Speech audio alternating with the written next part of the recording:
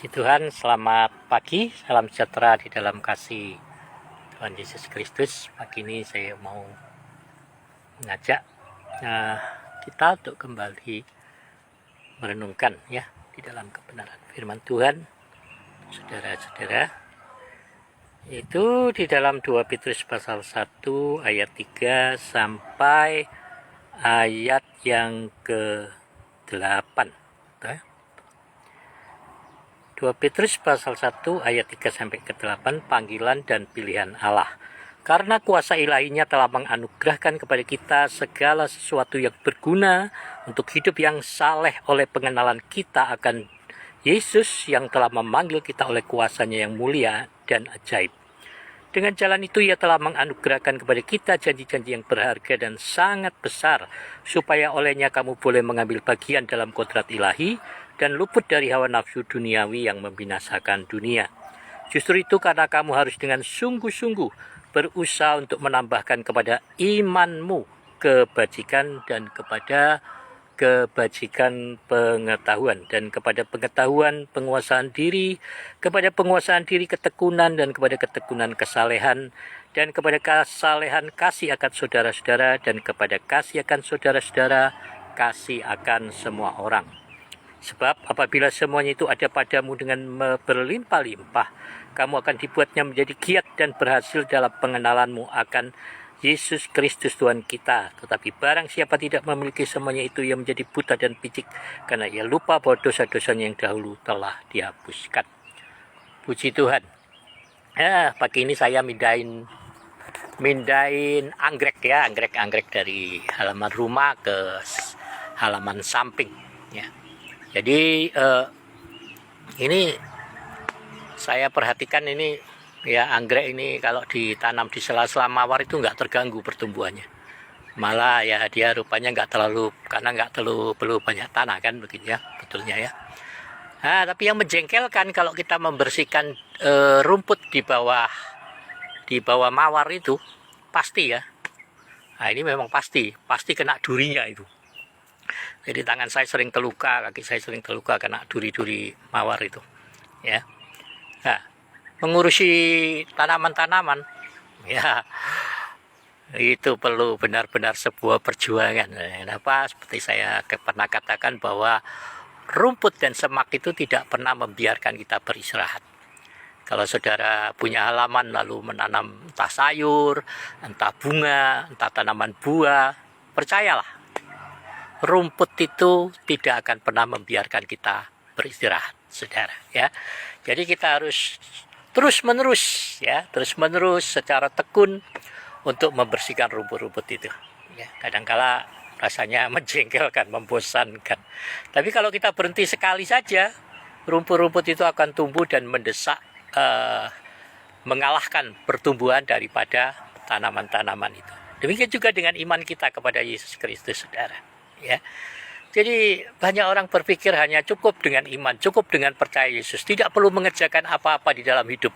Yesus sudah menyelesaikan segala sesuatunya. Yesus sudah mematahkan kuasa kutuk dosa. Kita tinggal menerima saja. Saudara, seperti yang kita baca beberapa hari yang lalu, bahwa mari kita berjuang ya di dalam perjuangan iman kita. Bertandinglah dalam pertandingan iman yang benar dan rebutlah hidup yang kekal. Iman yang benar, saudara. Sayangnya banyak orang tidak memiliki iman yang benar menurut saya ya. Jadi juga saya pikir keliru orang kalau pikir bahwa kalau Injil diberitakan seluruh bumi ya Yesus datang, benar. Tapi dikatakan bahwa Yesus itu akan datang jika orang benar itu genap masuk iman. Artinya apa? Banyak orang benar tidak sungguh-sungguh beriman kepada Tuhan. Ya, iman itu bukan sekedar kata ya saya percaya. Tetapi iman itu berarti kita mengerjakan apa yang kita percayai. Iman itu mengerjakan apa yang kita yakini, saudara. Saat engkau mengatakan bahwa engkau beriman, maka kata firman Tuhan, engkau perlu menambahkannya dengan kebajikan. Ya. Kalau orang beriman pasti dia berbuat baik kepada sesamanya. Kalau engkau beriman kepada Tuhan kita Yesus Kristus, engkau mau meneladani jejaknya. Yesus berbuat baik kepada semua orang. Dia memberikan makan kepada orang yang lapar, menyembuhkan mereka yang sakit, peduli kepada mereka yang diasingkan, yang tidak diperdulikan oleh orang-orang sekitarnya. Yesus memberikan belas kasihnya kepada semua orang. Jadi saya pikir kita harus mengikuti jejak Yesus. Tambahkan kebajikan di dalam iman saudara. Ya. Tentu ini kebajikan adalah kebajikan iman yang berdasarkan di dalam kasih kita kepada Tuhan, kepada Yesus Kristus. Kalau saudara mengasihi Yesus, saudara akan mengasihi sesama. Ya, itu mutlak, saudara. Saudara tidak bisa katakan saudara mengasihi Yesus tapi tidak mau mengampuni orang lain. Saudara tidak bisa mengasihi Yesus tanpa saudara memperdulikan orang lain. Saat saudara mengasihi Yesus, saudara akan mengasihi orang-orang sekitar saudara. Saat saudara mengasihi Yesus, saudara akan peduli dengan kebutuhan orang-orang sekitar saudara. Saat saudara mengasihi Yesus, saudara akan peduli kepada pertumbuhan iman seseorang. Saudara akan peduli untuk terus berbuat baik, menjadikan diri kita teladan di dalam berbuat baik. Ya, puji Tuhan. Nah, jadi mari kita tambahkan kepada iman kita kepada kebajikan. Kebajikan itu dengan pengetahuan. Pengetahuan firman yang benar. Bukan pengetahuan apa menurut kata orang, apa pendapat para pendeta, tetapi pengetahuan menurut kebenaran firman Tuhan. Jadi tekunlah di dalam membaca, merenungkan kebenaran firman Tuhan. Tidak ada yang tertutup dari firman Tuhan. Ya, hanya saat kita tidak mengertinya, mari terus membaca firman Tuhan. Saudara, bacalah terus firman Tuhan, renungkan firman Tuhan. Roh Kudus akan mengingatkan saudara. Ya, jangan menghambakan diri kepada gereja, hambakan diri kepada Yesus. Nah, ya, seringkali kita mengidolakan pendeta-pendeta tertentu dan tidak mau mendengarkan khotbah pendeta-pendeta tertentu juga. Tetapi asal ada di dalam kebenaran firman Tuhan, mari kita dengarkan semua orang. Tetapi berhati-hatilah dengan penafsiran, saudara. Ya, jadi bacalah firman Tuhan dengan hati yang murni, hati yang haus, hati yang lapar akan kehendak Tuhan. Maka percayalah Roh Kudus akan menunjukkan kebenaran itu di dalam kehidupan saudara. Ya, puji Tuhan. Nah, saudara, mari kita menambahkan itu. Ya, menambahkan itu pada pengetahuan. Ya, pengetahuan firman yang benar. Tapi jangan hanya sekedar tahu tapi tidak melakukannya. Banyak orang tahu tapi tidak melakukannya. Ini bukan iman yang benar. Iman yang benar itu ketika saudara tahu apa yang baik, maka saudara akan mengerjakannya di dalam kehidupan saudara. Ya. Jadi mari kita menambahkan itu. Jadi kepada pengetahuan penguasaan diri. Kenapa? Kalau orang tambah banyak tahu biasanya tambah sombong, saudara. Orang yang banyak tahu itu lebih sombong. Ya, artinya merasa lebih tahu dari orang lain. Ya. Jadi sebenarnya kita ini nggak tahu apa-apa. Saya juga nggak tahu apa-apa. Saya selalu katakan saya nggak tahu mati kemana. Saya nggak tahu apakah saya akan sungguh-sungguh mendapatkan apa yang saya imani. Saya nggak tahu apa-apa hari ini. Itu semua hanya bayangan-bayangan. Tetapi saya beriman kepada Yesus, bahwa Dia akan memberikan semua apa yang Dia janjikan. Maka saya bertindak berdasarkan iman itu. Saya bertindak berdasarkan pengharapan saya. Itulah sebabnya saya terus belajar untuk meneladani Yesus. Ya. Mari kita menambahkan kepada pengetahuan kita itu pada penguasaan diri. Ya, penguasaan diri ini yang mencegah kita untuk berbuat hal bodoh. Penguasaan diri akan mencegah kita untuk menghakimi orang lain. Penguasaan diri ini membuat kita untuk memahami bahwa pertumbuhan iman seseorang tidak sama satu dengan yang lain. Penguasaan diri akan menahan kita untuk berkata-kata hal yang tidak benar untuk orang lain, yang menahan mulut kita untuk tidak mencemooh perbuatan orang lain. Mari kita belajar untuk membangun iman orang lain, ya, menyenangkan hati semua orang, untuk membangun, bukan untuk menjerumuskan, saudara, bukan menyenangkan di dalam hati menjilat, ya, tetapi menyenangkan di dalam hati kita membawa mereka untuk lebih dekat kepada pengenalan akan Kristus.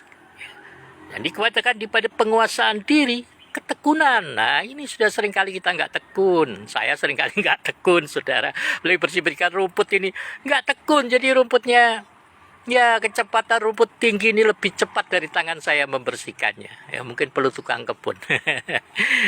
Banyak orang tapi nggak tekun, saudara, ya. Termasuk saya, ya. Banyak tidak tekun dalam banyak hal, ya. Tapi terus saya mau belajar, terus saya mau belajar bertumbuh, terus saya mau belajar berubah, terus saya mau belajar di bawah pimpinan Roh Kudus yang baik, terus saya mau belajar untuk menguasai diri saya, saudara, ya. Mari kita tekun di dalam semua hal, di dalam semua kebaikan yang Tuhan sudah tanamkan di dalam kehidupan kita, ya. Baru dikatakan kepada ketekunan kesalehan, saudara. Ya. Orang banyak berpikir kesalehan itu harus di depan. Tidak, saudara. Kesalehan itu buah dari hubungan yang benar dengan Tuhan. Buah dari hubungan yang benar. Jikalau tidak ada semua yang di depan ini, maka kesalehan kita itu hanya kesalehan kemunafikan. Kesalehan hanya karena kerutinitas, kesalehan hanya karena kewajiban kita sebagai orang Kristen, kewajiban kita sebagai majelis gereja, kewajiban kita sebagai seorang pendeta, kewajiban kita sebagai orang beragama, ya. Jadi mari kita katakan ditambahkan dengan itu, barulah kasih akan saudara-saudara, dan kasih akan saudara-saudara, kasih akan semua orang. Iman itu akan berbuahkan kasih, dan iman timbul dari kasih. Kadang kasih kita harus bertumbuh kepada Tuhan, saudara. Ya, kasih itu bertumbuh setiap hari, setiap waktu. Ketika kita menikahi seseorang, meskipun dengan dasar cinta, percayalah ketika kita bersinggungan, bergesekan setiap hari, maka cinta itu bisa memudar, saudara. Kasih itu bisa memudar. Itulah sebabnya kita perlukan semua yang di depan tadi, saudara. Ya, kenapa? Karena kalau kita terus mengasihi, kita terus berbuat baik, kita terus tidak menghakimi, kita berani untuk memaafkan, mengampuni, kita terus berani membuktikan kasih kita dengan perbuatan-perbuatan iman yang benar, maka kasih itu akan kembali bertumbuh, saudara. Kasih yang sudah mulai pudar, kasih yang mulai lenyap, itu akan bertumbuh kembali. Jadi marilah tujukanlah pandanganmu kepada Kristus yang memimpinmu ke dalam seluruh kebenaran. Puji Tuhan, selamat pagi. Saya tidak janji ketemu esok hari. Kemarin ada begitu banyak kesibukan membantu teman-teman di dalam menyelesaikan beberapa administrasi keuangan, dan juga untuk bikin basar, untuk mencari dana diakonia untuk anak-anak sekolah minggu yang tahun ini tidak ada sekolah minggu, tapi guru-guru sekolah minggu tetap harus memberikan hadiah kepada mereka. Jadi saya sedikit memberikan sumbangsi di sana. Terima kasih untuk teman-teman yang mendukung, terutama mereka yang di Bontang. Jangan bosan untuk terus mendukung. Telah open OPO setiap minggu selama 1 bulan ini, 2 bulan mungkin, ya. Jadi karena kita akan memberikan juga diakonia untuk hamba-hamba Tuhan di beberapa desa di sekitar Bontang, ya. Jadi saya mohon Bapak Ibu yang khususnya di Bontang, mari dukunglah pelayanan ini, menabur dan menikmati.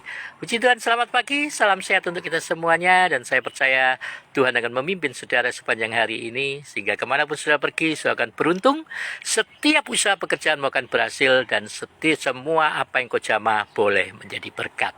Tuhan Yesus memberkati kita, salam sehat.